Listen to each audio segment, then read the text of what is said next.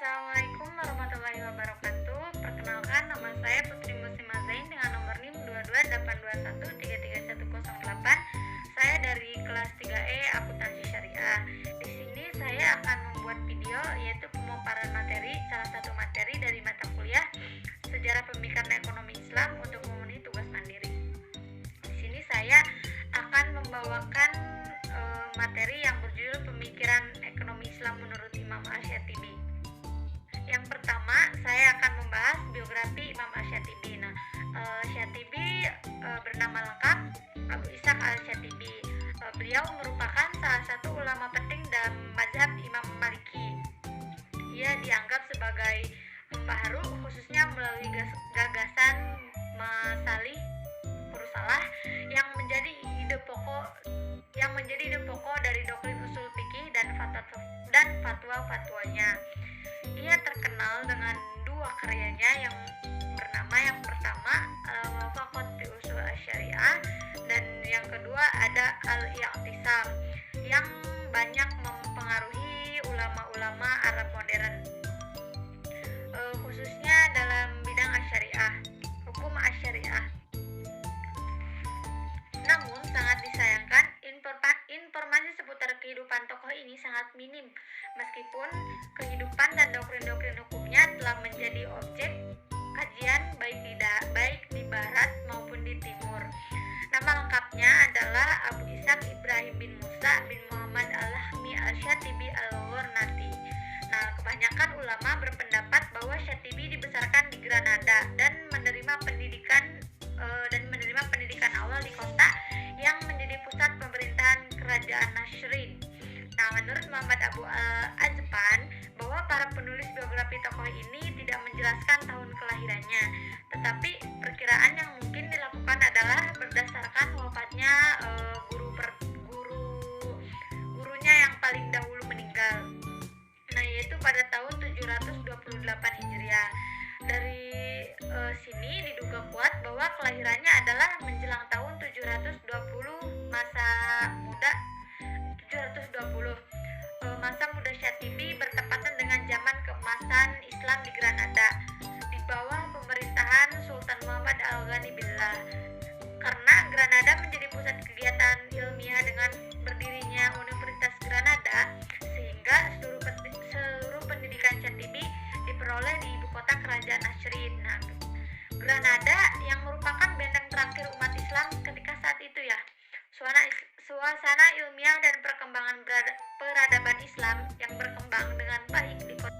Al-Syatibi termasuk salah satu ulama yang ahli di dalam bidang ilmu bahasa, ilmu tafsir, ilmu hadis, ilmu kalam, ilmu filsafat, dan banyak lagi lah ilmu yang beliau kuasai. Imam Asy-Syatibi wafat pada tanggal 8 Sya'ban tahun 1388 Masehi dan dimakamkan di Iskandaria. Data ini didapatkan dari salah satu karya muridnya, yaitu Nail Al-Muna, yang merupakan ringkasan dari buku Al-Muwafaqat sendiri. Selanjutnya yaitu adapun pemikiran ekonomi Imam Asy-Syatibi, yaitu sebagai berikut. Ada 4 pemikiran ya. Yang pertama yaitu ada tujuan individu melakukan aktivitas ekonomi. Syariah menginginkan setiap individu memperhatikan kesejahteraan. Selanjutnya ada pemikiran ekonomi Imam Asy-Syatibi, yaitu ada 4. Yang pertama, tujuan individu melakukan aktivitas ekonomi. Syariah menginginkan setiap individu memperhatikan kesejahteraan mereka. Imam Asy-Syatibi menggunakan istilah maslahah untuk menggambarkan tujuan syariah ini. Dengan kata lain, manusia senantiasa dituntut untuk mencari kemaslahatan. Seluruh aktivitas ekonomi yang mengandung kemaslahatan bagi umat manusia disebut sebagai kebutuhan. Kebutuhan inilah yang harus dipenuhi. Pemenuhan kebutuhan bertujuan untuk aktivitas ekonomi, dan pencarian terhadap tujuan ini adalah kewajiban agama. Oleh karena itu, manusia berkewajiban untuk memecahkan berbagai permasalahan ekonominya. Keinginan dan kebutuhan itu tempatnya sama, yaitu hasrat dan naluri manusia. hasrat yang memiliki masalah atau manfaat di dunia dan akhirat yang bisa dijadikan sebagai kebutuhan, karena keinginan merupakan suatu yang nilainya bebas, sedangkan kebutuhan adalah konsep yang tidak memiliki bebas nilai. Oleh karena itu, Islam mendorong kepada manusia untuk tidak mengikuti keinginannya, melainkan hanya untuk memenuhi kebutuhannya. Nah, yang kedua yaitu ada objek kepemilikan. Nah, pada dasarnya Al-Syatibi mengakui hak milik individu. Namun, ketika kepemilikan tersebut dapat menghilangkan atau menghalangi kepemilikan orang lain, maka dasarnya itu adalah milik umum. Artinya ketika benda tersebut yang semulanya adalah milik bersama, pemberian Allah terhadap orang banyak, Al-Syatibi memangkas kepemilikan individu itu terhadap benda yang ditujukan oleh Allah kepada semua makhluk. Nah, dalam hal ini taruhlah ya contohnya yaitu air. Nah, baik air yang ada di sungai maupun air yang ada di laut, itu adalah anugerah Allah kepada semua makhluk. Jadi individu tidak boleh mengklaim bahwa air laut itu adalah milik dia. Nah, selanjutnya itu ada pajak. Pemungutan pajak harus dilihat dari sudut pandang maslahah atau kepentingan umum. Maka dengan pendapat dari para pendahulunya seperti Al-Ghazali dan Al-Mufarrad yang mengatakan bahwa pemeliharaan kepentingan umum secara esensial adalah tanggung jawab masyarakat. Dalam keadaan tidak mampu melaksanakan tanggung jawab ini, masyarakat bisa mengalihkannya kepada Baitul Mal serta menyumbangkan sebagian kekayaan mereka sendiri untuk tujuan tersebut.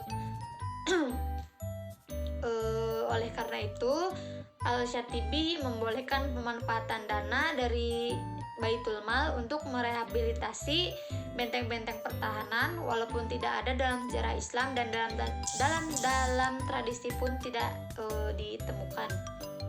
Nah, yang keempat itu konsep maqasid asy-syariah.